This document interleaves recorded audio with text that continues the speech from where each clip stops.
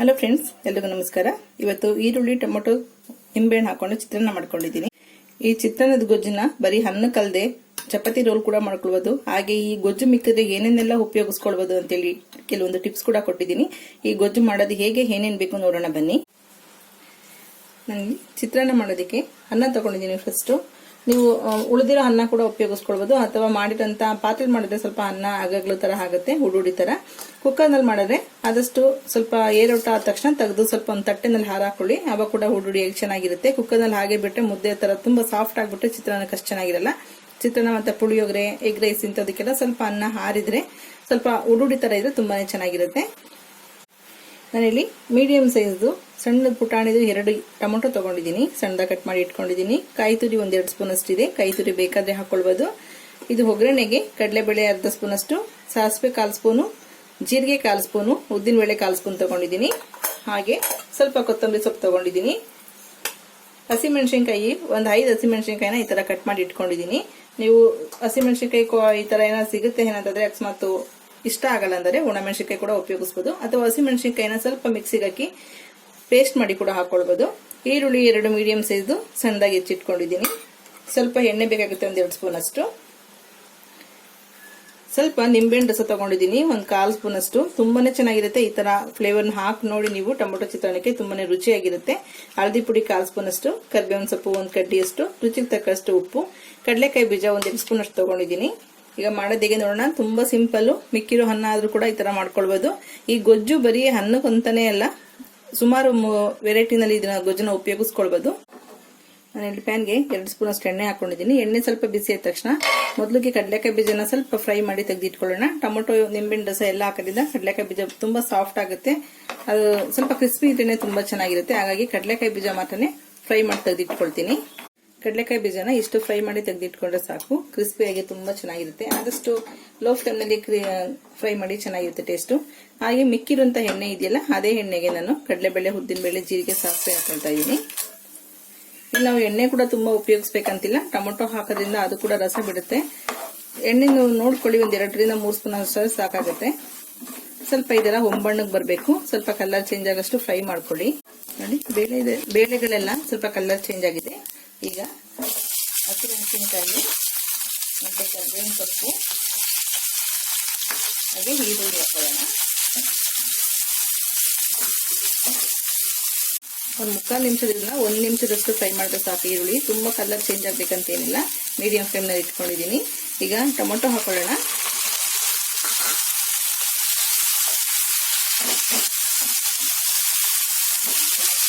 ಟೊಮೊಟೊಗೆ ಸ್ವಲ್ಪ ಸಾಫ್ಟ್ ಆಗಿ ಅಂತೇಳಿ ಉಪ್ಪು ಹಾಕೊಳ್ತಿದ್ದೀನಿ.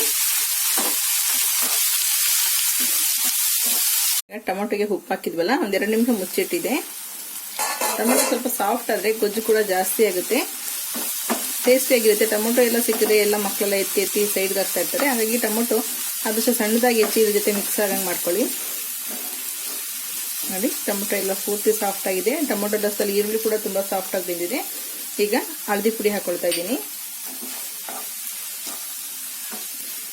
ಚಿತ್ರಾನ್ನ ಈಗ ರೆಡಿ ಆಗಿದೆ.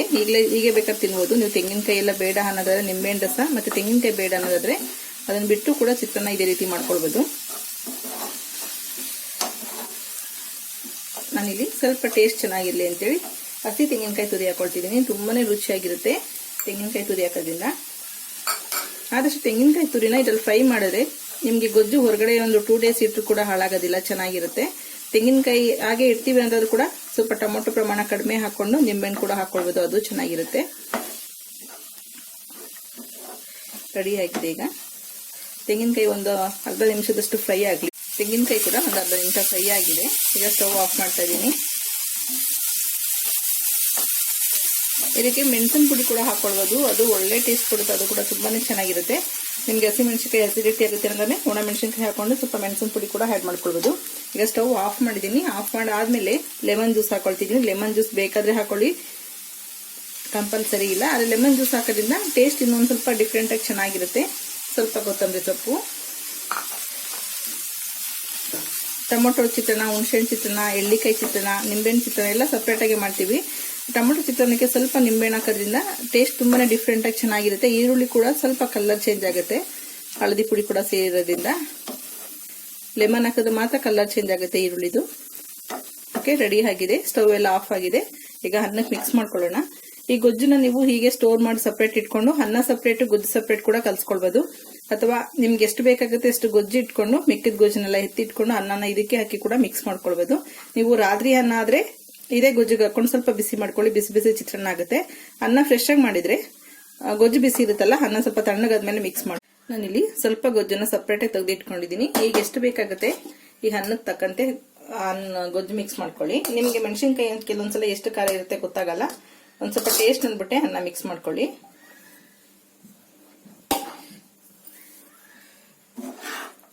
ಅನ್ನನೂ ಅಷ್ಟೇ ತುಂಬಾ ಮುದ್ದೆ ತರ ಕಲಿಸಬಾರ್ದು. ಈ ತರ ಜಸ್ಟ್ ಮಿಕ್ಸ್ ಮಾಡೋದ್ರಿಂದ ಕಲರ್ ತುಂಬಾ ಚೆನ್ನಾಗಿ ಮಿಕ್ಸ್ ಆಗುತ್ತೆ.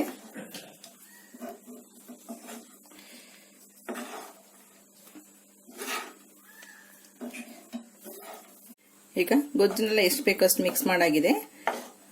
ನೀವು ಉಪ್ಪು ಖಾರ ಕರೆಕ್ಟಾಗಿ ಟೇಸ್ಟ್ ನೋಡ್ಕೊಂಡು ಮಿಕ್ಸ್ ಮಾಡ್ಕೊಳ್ಳಿ. ಮೇಲೆ ಬೇಕಾದ್ರೆ ಇನ್ನು ಸ್ವಲ್ಪ ಕೊತ್ತಂಬರಿ ಸೊಪ್ಪು ಹಾಕೊಳ್ಬಹುದು. ಕಡಲೆಕಾಯಿ ಬೀಜ ಫ್ರೈ ಮಾಡಿದ್ವಲ್ಲ, ಅದನ್ನ ಯಾರು ಇಷ್ಟಪಡ್ತಾರೆ ಅವ್ರು ಕಡಲೆಕಾಯಿ ಬೀಜ ಕೂಡ ಆಡ್ ಮಾಡ್ಕೊಳ್ಬಹುದು. ಕಡಲೆಕಾಯಿ ಬೀಜ ಈಗ ಮೇಲ್ ಹಾಕೋದ್ರಿಂದ ತುಂಬಾ ಕ್ರಿಸ್ಪಿ ಆಗಿರುತ್ತೆ. ನೀವು ಮಧ್ಯಾಹ್ನಕ್ಕೆ ಮಕ್ಳಿಗೆ ಡಬ್ಬಿ ಕಟ್ಟಿದ್ರು ಕೂಡ ತುಂಬಾ ಚೆನ್ನಾಗಿರುತ್ತೆ, ಮೆತ್ತಗಾಗಲ್ಲ. ನಾವು ಟೊಮೊಟೊ ನಿಂಬೆಹಣ್ಣೆಲ್ಲ ಹಾಕಿರೋದ್ರಿಂದ ಒಗ್ಗರಣೆನಲ್ಲೇ ಬಿಟ್ಟರೆ ತುಂಬಾ ಸಾಫ್ಟ್ ಆಗಿಬಿಟ್ಟು ತಿನ್ನೋದಕ್ಕೆ ಅಷ್ಟು ಚೆನ್ನಾಗಿರಲ್ಲ ಅದು. ಓಕೆ, ಈಗ ಸರ್ವ್ ಮಾಡ್ಕೊಳ್ಳೋಣ. ಚಿತ್ರಾನ್ನ ರೆಡಿ ಆಗಿದೆ. ನಿಮ್ಗೆ ನಿಂಬೆಹಣ್ಣು ಬೇಕಾದ್ರೆ ಇನ್ನು ಸ್ವಲ್ಪ ಕೂಡ ಹಾಕೊಳ್ಬಹುದು, ಚೆನ್ನಾಗಿರುತ್ತೆ. ಚಿತ್ರಾನ್ನ ಗೊಜ್ಜು ಕೂಡ ಸಪರೇಟ್ ಆಗಿ ಎತ್ತಿಟ್ಟಿದ್ದೀನಿ. ಈ ಗೊಜ್ಜುನ ನೀವು ಬೇಳೆ ಸಾಂಬಾರನ್ನ ಮಾಡೋದಿದ್ರೆ ಚಿತ್ರಾನ್ನ ಗೊಜ್ಜನ್ನ ಮಿಕ್ಕಿದೇನಂದ್ರೆ ಈರುಳ್ಳಿ ಟೊಮೊಟೊ ಎಲ್ಲ ಹಾಕಿರೋದ್ರಿಂದ ನೀವು ಬೇಳೆ ಸಾಂಬಾರು ಮಾಡೋದಿದ್ರೆ ಇದನ್ನ ಕೂಡ ಅಕಸ್ಮಾತ್ ಏನಾದ್ರು ಮಿಕ್ಕಿ ಉಪಯೋಗಿಸಲ್ಲ ಅನ್ನೋದಾದ್ರೆ 1-2 ಸ್ಪೂನ್ ಅಷ್ಟು ಬೇಳೆ ಸಾರು ಹಾಕೊಳ್ಬಹುದು. ತುಂಬಾನೇ ಒಂಥರ ಡಿಫ್ರೆಂಟ್ ಟೇಸ್ಟ್ ಬರುತ್ತೆ. ನೀವು ಮಿಕ್ಕಿದೇನೋದಕ್ಕಿಂತ ಈ ತರ ಗೊಜ್ಜು ಮಾಡಿದಾಗ ಒಂದ್ಸಲ ಟೇಸ್ಟ್ ನೋಡಿ ಬೇಕಾದ್ರೆ ಬೇಳೆ ಸಾರು ಸ್ವಲ್ಪ ಖಾರ ಕಡಿಮೆ ಹಾಕಿ ಈ ತರ ಗೊಜ್ಜನ್ನ ಮಿಕ್ಸ್ ಮಾಡಿ ಮಿಕ್ಕಿರೋಂಥ ಗೊಜ್ಜನ್ನ ತುಂಬಾನೇ ರುಚಿಯಾಗಿರುತ್ತೆ. ಮತ್ತೆ ಈ ತರ ಚಿತ್ರಾನ್ನದಲ್ಲಿ ಮೆಣಸಿನಕಾಯಿ ಮೊದಲೇ ನಾವು ಅನ್ನ ಕಲಿಸಿದಾಗ ಮಕ್ಳು ಕೊಡೋಕ್ಕಿಂತ ಮುಂಚೆನೆ ತೆಗೆದಿಟ್ಕೊಂಡ್ರೆ ಏನಾದ್ರು ಫ್ರೈ ಮಾಡಿ ಹಸಿಮೆಣಸಿನಕಾಯಿನ ರುಬ್ಕೊಳ್ತೀವಿ ಅನ್ನೋ ಜಾಗದಲ್ಲಿ ಚಟ್ನಿಗೆಲ್ಲ ಕೂಡ ಈ ಹಸಿಮೆಣಸಿನಕಾಯಿ ಕೂಡ ಹಾಕಿ ಎಣ್ಣೆಲಿ ಫ್ರೈ ಮಾಡಿದೀವಲ್ಲ ಹಾಕೊಂಡು ರುಬ್ಕೊಳ್ಬಹುದು. ಖಾರ ಸ್ವಲ್ಪ ಕಡಿಮೆ ಇರುತ್ತೆ, ರುಚಿ ತುಂಬಾನೇ ಚೆನ್ನಾಗಿರುತ್ತೆ ಎಣ್ಣೆನಲ್ಲಿ ಬೆಂದಿರೋದ್ರಿಂದ. ಆ ತರ ಕೂಡ ಉಪಯೋಗಿಸ್ಕೊಳ್ಬಹುದು. ಮತ್ತೆ ನಾವು ಇದೇ ಚಿತ್ರಾನ್ನ ಗೊಜ್ಜನ್ನ ಬ್ರೆಡ್ಗೆ ಸ್ಯಾಂಡ್ವಿಚ್ ತರ ಈವ್ನಿಂಗ್ ಹಾಕೊಡ್ಬಹುದು, ತುಂಬಾನೇ ಚೆನ್ನಾಗಿರುತ್ತೆ. ಈ ಗೊಜ್ಜು ಮಾಡಿ ಇಟ್ಕೊಂಡ್ರೆ ತುಂಬಾನೇ ಬೆನಿಫಿಟ್ ಇದೆ. ಮತ್ತೆ ನಮ್ಗೆ ಚಪಾತಿ ಕೂಡ ರೋಲ್ ಮಾಡಬಹುದು. ಚಪಾತಿಗೆ ಇಷ್ಟು ಒಳ್ಳೆ ಕಾಂಬಿನೇಷನ್ ಅಂದ್ರೆ ಈ ಚಿತ್ರಾನ್ನ ಗೊಜ್ಜು ಒಂದ್ಸಲ ತಿಂದು ನೋಡಿ ನೀವು, ಪಲ್ಯನೇ ಬೇಡ ಅಷ್ಟು ರುಚಿಯಾಗಿರುತ್ತೆ. ಒಂದ್ಸಲ ಟ್ರೈ ಮಾಡಿ ಬೇಕಾದ್ರೆ ಚಿತ್ರಾನ್ನ ಗೊಜ್ಜು ಮಾಡ್ಬಿಟ್ಟು, ತುಂಬಾನೇ ರುಚಿಯಾಗಿರುತ್ತೆ. ಹುಳಿ ಉಪ್ಪು ಎಲ್ಲ ಇರೋದ್ರಿಂದ ನೀವು ಇದಕ್ಕೆ ಬೇಕಾದ್ರೆ 1/2 ಸ್ಪೂನ್ ಅಷ್ಟು ಸಕ್ಕರೆ ಕೂಡ ಹಾಕೊಳ್ಬಹುದು. ಚಿತ್ರಾನ್ನಕ್ಕೆ ಲೆಮನ್ ಹಾಕಿರೋದ್ರಿಂದ ಒಳ್ಳೆ ರುಚಿ ಇರುತ್ತೆ. ಇಷ್ಟೊಂದು ಟಿಪ್ಸ್ ಕೊಟ್ಟಿದ್ದೀನಿ, ಯಾವ್ದು ಬೇಕೋ ಉಪಯೋಗಿಸ್ಕೊಳ್ಳಿ. ನಾನಿಲ್ಲಿ ಚಪಾತಿಗೆ ಸ್ವಲ್ಪ ತುಪ್ಪ ಸವರ್ಬಿಟ್ಟು ರೋಲ್ ಮಾಡ್ಕೊಳ್ತಿದ್ದೀನಿ. ಚಿತ್ರಾನ್ನ ಗೊಜ್ಜು ತುಂಬಾನೇ ಒಳ್ಳೆ ಕಾಂಬಿನೇಷನ್. ನೀವು ರೋಲ್ ಮಾಡಿ ಕೂಡ ಕೊಡಬಹುದು, ತುಂಬಾ ಚೆನ್ನಾಗಿರುತ್ತೆ. ನಾನು ಅವಾಗ ಹೇಳ್ದಂಗೆ ಸ್ವಲ್ಪ ಇದಕ್ಕೆ ಟೊಮೊಟೊ ಸಾಸ್ ಕೂಡ ಹಾಕೊಡ್ಬೋದು, ಬೇಯಿಸಿರೋ ಆಲೂಗೆಡ್ಡೆ ಹಾಕ್ಬೋದು, ಅಥವಾ ಬೇಯಿಸಿರೋ ಮೊಟ್ಟೆ ಇದ್ರೂ ಕೂಡ ಸ್ಲೈಸ್ ಮಾಡಿ ಇಟ್ಬಿಟ್ಟು ಈ ಗೊಜ್ಜು ಹಾಕೊಳ್ಬೋದು. ತುಂಬಾನೇ ರುಚಿಯಾಗಿರುತ್ತೆ. ಒಂದ್ಸಲ ಟ್ರೈ ಮಾಡಿ ನೋಡಿ, ಬೇಕಾದ್ರೆ ನೀವೇ ಇಷ್ಟಪಟ್ಟು ಹೇಳ್ತೀರಾ. ಈ ತರ ರೋಲ್ ಮಾಡಿ ಕೊಡಿ, ಎಷ್ಟು ಚೆನ್ನಾಗಿರುತ್ತೆ ಅಂದ್ರೆ ನೀವು ತಿಂದ ಮೇಲೆ ನನಗೆ ಕಮೆಂಟ್ ಮಾಡಿ ಹೇಳಿ. ನೋಡೋರಲ್ಲ ಫ್ರೆಂಡ್ಸ್, ಒಂದೇ ಒಂದು ಚಿತ್ರಾನ್ನ ಗೊಜ್ಜಿಂದ ಎಷ್ಟೊಂದು ಉಪಯೋಗ ಇದೆ ಅಂತ. ಒಂದು ಚಿತ್ರಾನ್ನ ಗೊಜ್ಜು ಮಾಡೋದ್ರಿಂದ ಹಲವಾರು ರೀತಿಯಲ್ಲಿ ನಾವು ಅದನ್ನ ಉಪಯೋಗಿಸ್ಕೊಳ್ಬಹುದು. ಈ ವಿಡಿಯೋ ಇಷ್ಟ ಆಗಿದೆ ಲೈಕ್ ಮಾಡಿ, ಶೇರ್ ಮಾಡಿ, ಸಬ್ಸ್ಕ್ರೈಬ್ ಮಾಡಿ. ನೀವು ಕೂಡ ಮನೇಲಿ ಒಂದ್ಸಲ ಟ್ರೈ ಮಾಡಿ ನನಗೆ ಕಮೆಂಟ್ ಬಾಕ್ಸ್ ಅಲ್ಲಿ ನಿಮ್ಮ ಅಭಿಪ್ರಾಯ ಅನಿಸಿಕೆಗಳನ್ನ ಕಮೆಂಟ್ ಬಾಕ್ಸ್ ಅಲ್ಲಿ ಹಾಕಿ. Okay, bye, thank you.